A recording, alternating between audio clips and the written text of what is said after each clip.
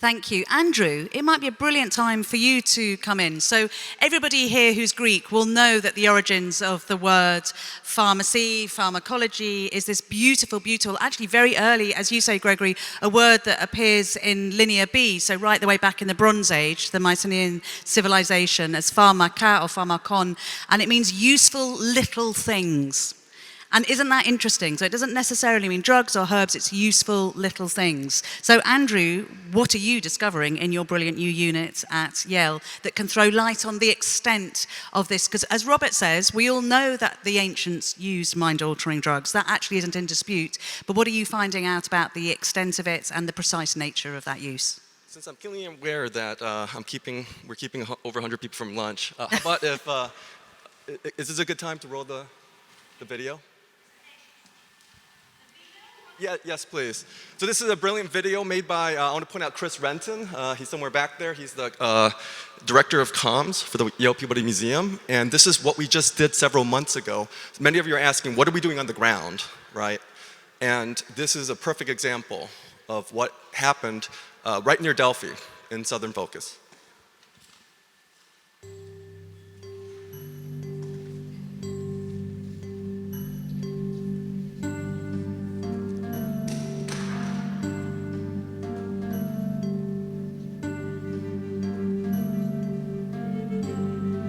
I first encountered Greece, I suppose, through reading my sister's copy of Homer's Iliad in 7th grade. And it just seemed like a mystical foreign world. It could have been Mars. And to my great surprise, I learned later on that not only does the country of Greece exist, but much of it looks like this.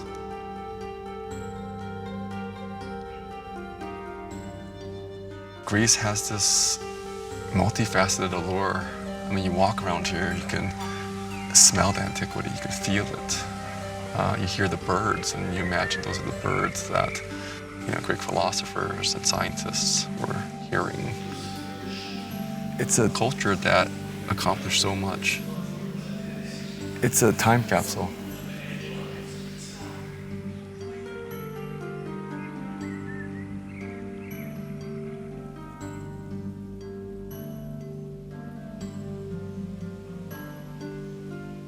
In front of us is a fortified archaeological site, and almost certainly one of the Homeric sites.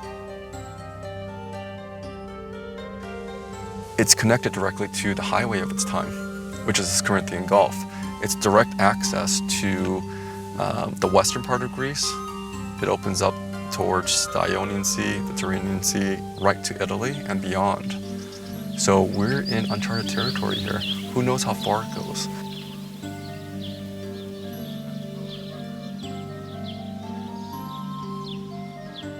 Clearly from our initial evidence, it was occupied from around 3000 BC to the Roman period at least. So let's say 3000 or so years. And we're not talking just a couple people, but certainly the Bronze Age, the Mycenaean period, many, many houses, potentially thousands.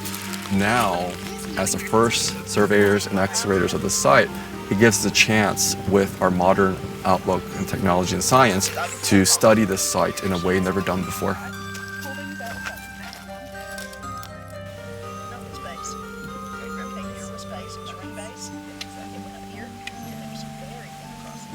Archaeochemistry, as the name suggests, is using chemical techniques and applied to material culture. So for instance, we could take residues from ceramics from thousands of years ago and using chemistry figure out exactly what those components were. So whether they were drinking a specialized wine, a medicinal wine, or burning all kinds of pharmacological aromatics. That's what chemistry and archaeochemistry allows us to do. So instead of just pottery, we have wine vessels with a particular kind of wine with items from 50 miles away or 100 miles away. So that combined with the innovative mapping we're doing, we're going to be able to connect these sites, these landscapes, the environment like never before. Let me take a look. I want to find evidence for these heroes that are written about in the legends. I want to see how they lived, how they died, how they loved, how they ate, how they drank. The intricate details That's where the beauty of humanity is, isn't it?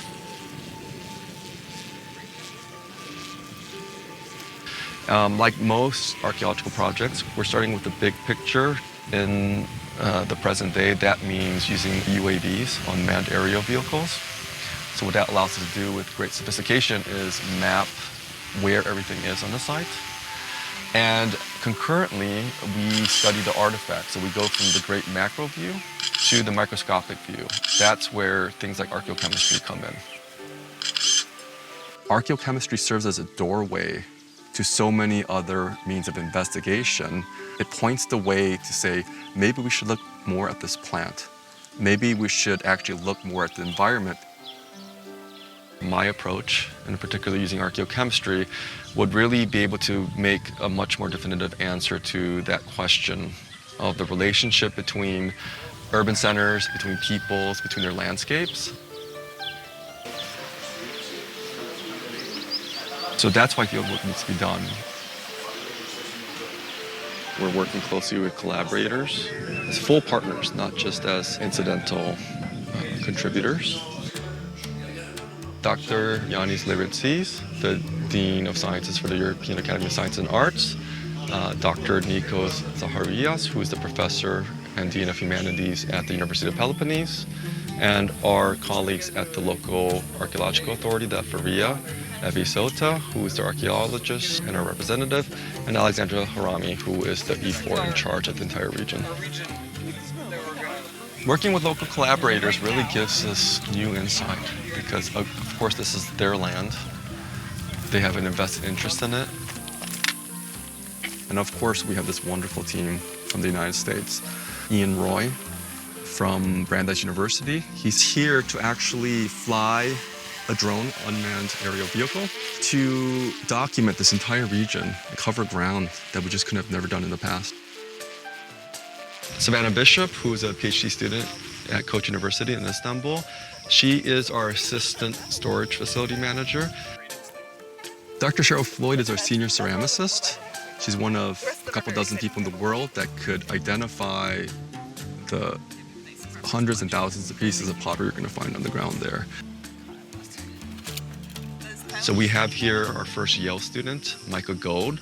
He does a lot of work with data science, and we're incredibly excited to involve younger people who will have insights that we can't even begin to imagine. This is like where I want to fly it. Archaeochemistry and other techniques allow us to see this beautifully nuanced picture of these people that lived over 3,000 years ago. After 100+ years of just getting this imperfect image, this fuzzy image of what the past was like, all of a sudden we can understand what was in these containers. Pottery and ceramics are everywhere. The material that's just popping out of the ground is mind-boggling.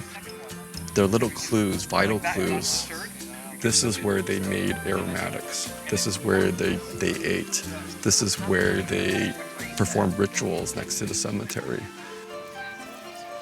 And despite this site behind us being smaller, it occupies at least 5, if not more, major time periods. The pottery is more varied and of higher quality.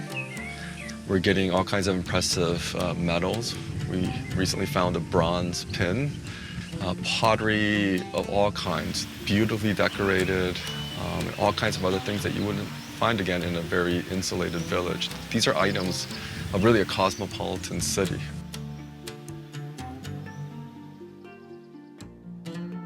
These are the Homeric heroes written in these epics. And we get to see not just vague descriptions of them in battle, for instance, but we get to see how they lived every day. Really, this is the very beginnings of a warring society that's just trying to figure it out, like so many other worlds. How did they handle these pressing issues like drought and war and pestilence and environmental changes? We're going to be able to see that in high definition thanks to the science and the support of the Yale Peabody Museum. We're going to find potentially remnants of heroic shrines, temples, all kinds of items that just display how strange humanity can be. We could figure out how these heroes not just drank wine, for instance, but used it to celebrate, to participate in life-defining moments.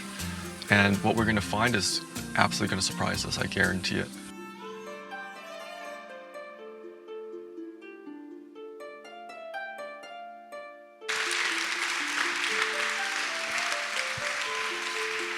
Thank you. We're in the kind of spirit of democratic representation. We're also going to allow Dimitris to have his 10 slides too. Just before we see those though, Andrew, you've made it very clear from that video that archaeochemistry is not just the search for psychedelics, fascinating though that is, but it reveals a whole world. Just really, really quickly and succinctly, how easy is it though to analyse those isotopes that you find particularly in porous pottery? Because as you said, you know, pots are our friends as archaeologists. They hold an incredible wealth of material and knowledge and truth, but is it hard to chemically extract that truth from them? Well, in many ways, I think that's what I was trying to point out through this video and also through the PowerPoint slide, which we're not going to get to, is the fact that I absolutely give credit to the past 150 plus years of all the work that Dimitri and others have been doing. We're just building upon that with the technology. My background is, as an undergraduate, I studied the classics and biophysics, pretty much separately, but slowly those worlds came together. And from that unique perspective, I'm allowed to, you know, I worked for Abbott Laboratories, but at the same time I ran the beginning Greek program at UCLA. So when you bring those kind of worlds together, it's an opportunity to kind of talk about what Alexandra so eloquently put, this idea of having a horizontal breadth to whatever you're doing.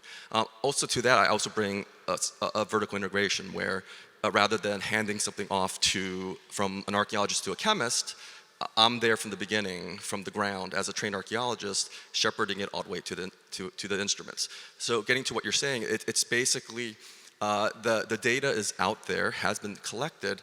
What I'm trying to do is try to help come up with a model where we can get to this data better and present it in a way that could help people study whatever. It could be food, but there are also a great interest in psychotropic ingredients, psychedelic ingredients.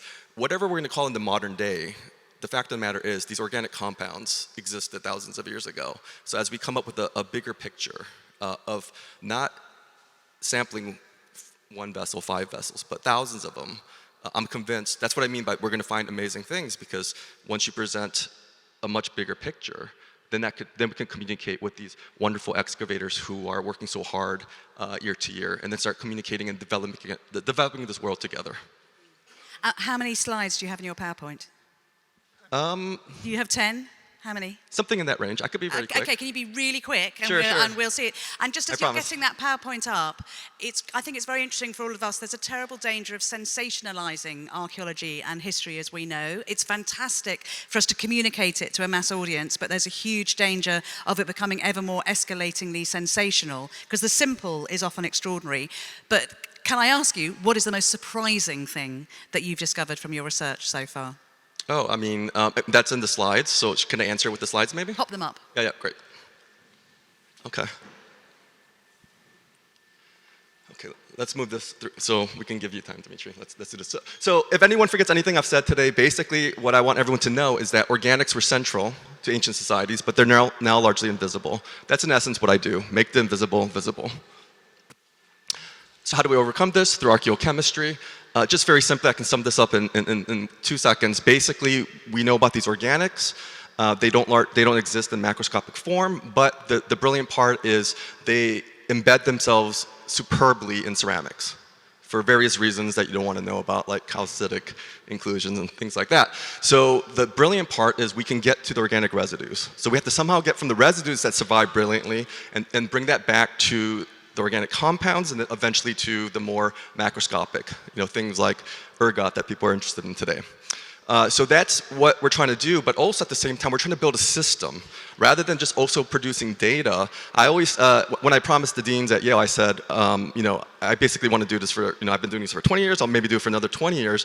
So we all have limited time spans. It's not enough for me to come up with this data and information, but how do we prepare and set the way so future generations can do this? So that's, in essence, what my ultimate goal is to recover evidence for this nonlinear innovation and then pass it on to the next generation, pass it on to the wonderful researchers that already exist here in Greece. So very quickly, we all know that these things. I came up with this idea because of the sticker shock I got from my significant other purchases these items, often over $100. But it gives you an idea of the cosmopolitan nature of ancient organics. We can presume it's very similar to the modern day. Just very quickly, Moroccan oil, as many of you might know, the ingredients come from Morocco. It's processed in Israel by a French company that's based out of London. Okay. So what evidence can we retrieve from antiquity? Because we're up against this complex system, and what can we get just based upon the chemistry, the history, and everything else? So many people ask about the beginnings, where this all started. How did I bring the worlds of chemistry and archaeology and history together?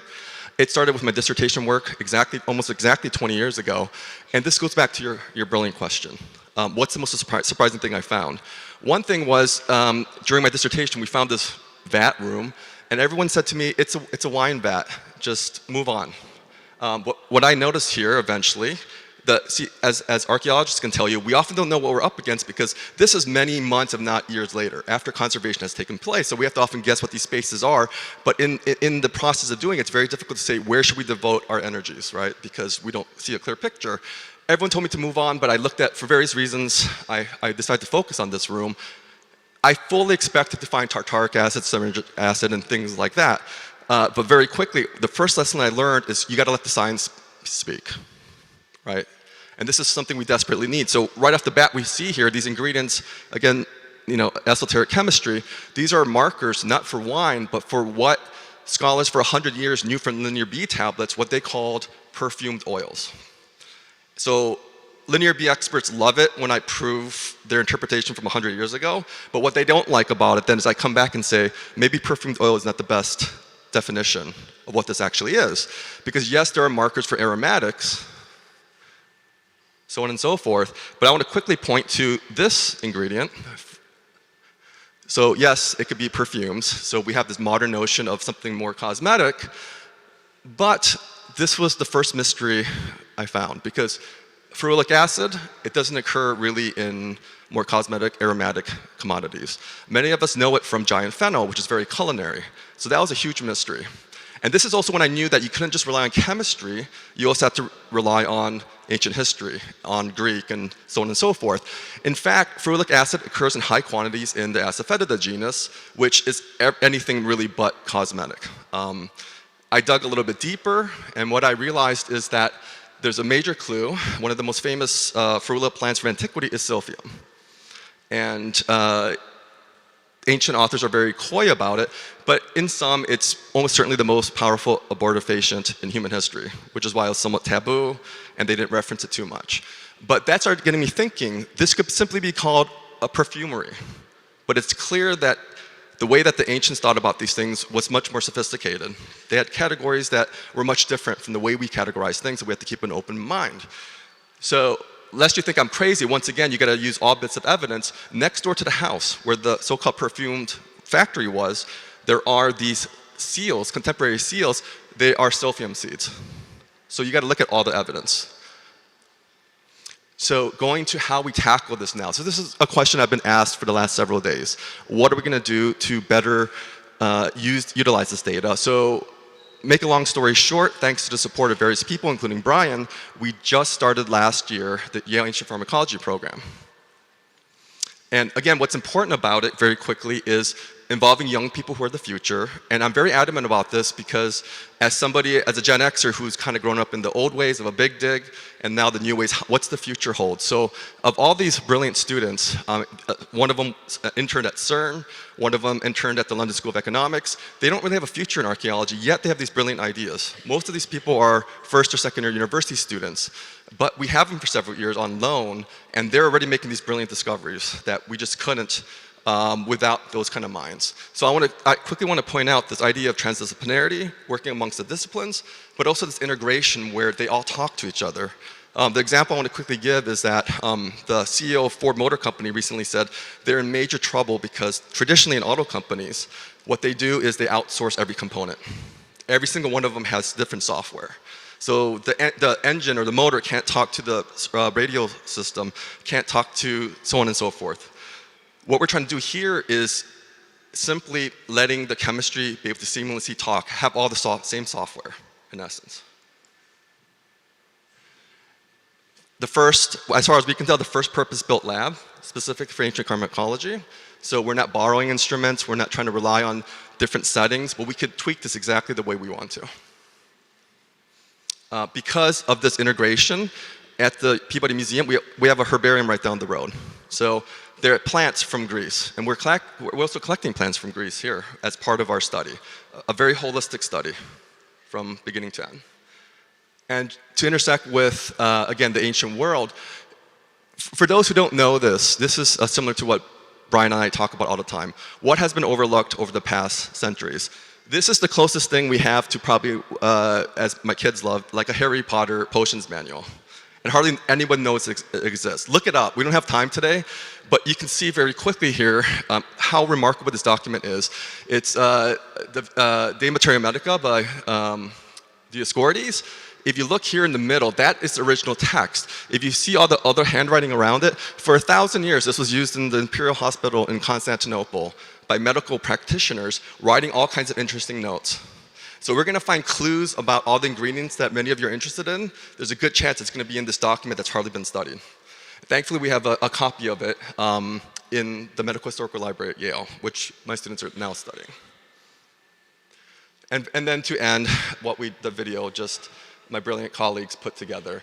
It's imperative that, again, from beginning to end, from dirt to GCMS, that we're involved and we can construct the questions in collaboration with our collaborators here in Greece. So from field work to museum collaborations in Thebes to the ethnobotany, and finally, this is very important, the oral histories. Just very quickly, wonderful elders of the village of Desfina in Phokida. We interviewed them in 2018.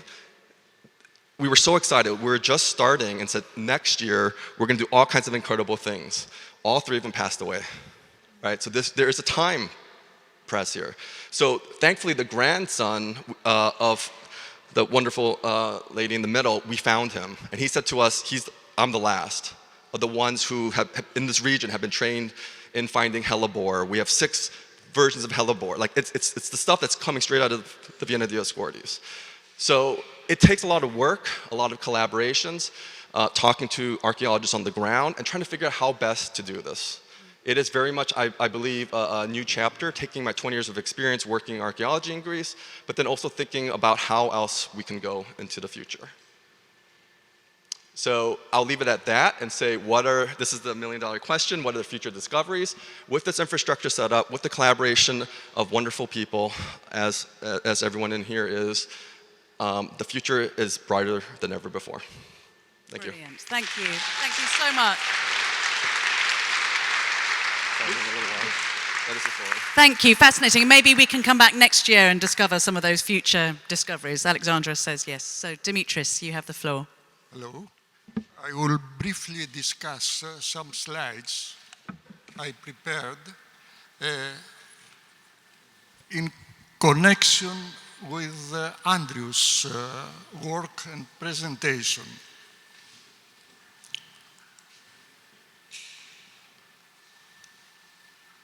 This is Samothrace and the Sanctuary of the Great Goats. Questions to be answered. The Sanctuary of the Great Goats, and as it was reconstructed digitally by the American excavation Samothrace,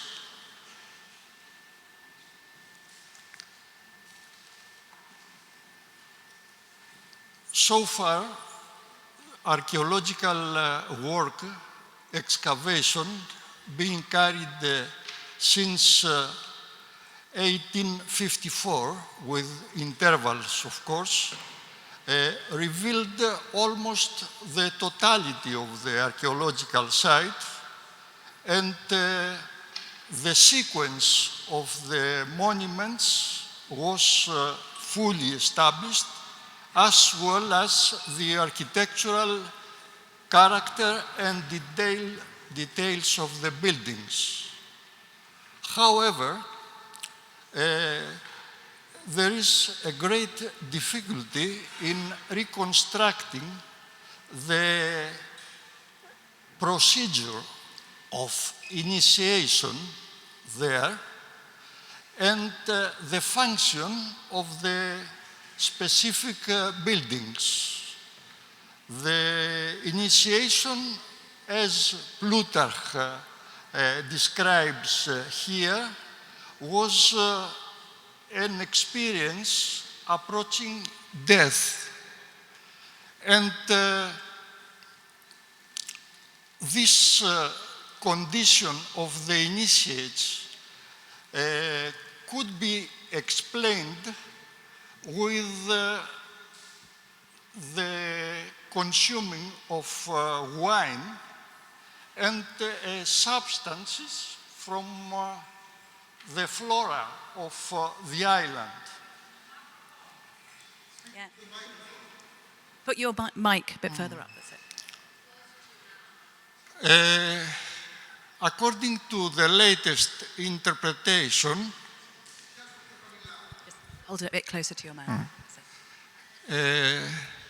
initiation took place in the hall of choral dances, you see in the slide, and there is evidence of cult activity under this building since the 7th century BC, when these cantharoi, together with local made cups, were found and were connected by the excavators in early 1950s with the drinking of wine.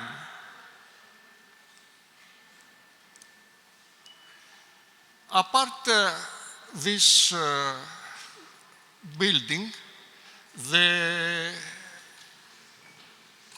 western slope of the west hill below the huge stoa, number 11 you see in the slide, there were a series of dining rooms with a long history of building and rebuilding from the 4th century BC till the late antiquity, where dining also and possibly drinking took place. Apart from the cantharoi of the 7th century, there were other cantharoi later, 4th century, and the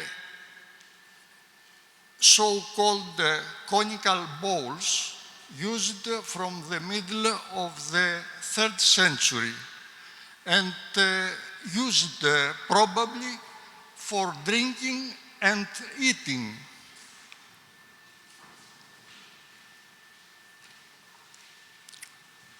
The place I show you now is the Eastern Hill, the theatral circle, where huge quantities of these conical cups were found, which, however, were excavated in other areas of the sanctuary of the great gods. Possibly they accompanied the initiates all during their walking in the site.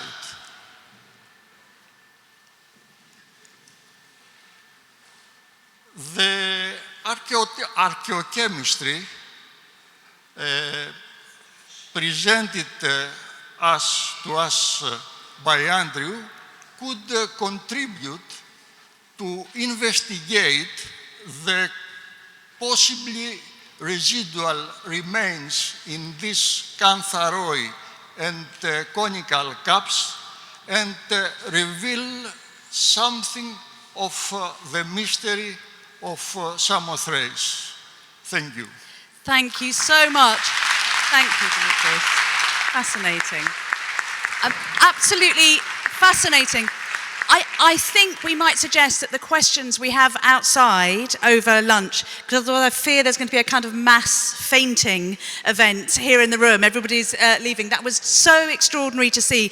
But I think all of the panelists will be available to speak to people outside over lunch. Thank you so much. Thank you, panelists. Thank you, Gregory, if you're still there. What an extraordinary morning of wisdom and wonder. Thank you. Back at 3 o'clock here, everybody. Thank you. Gregory,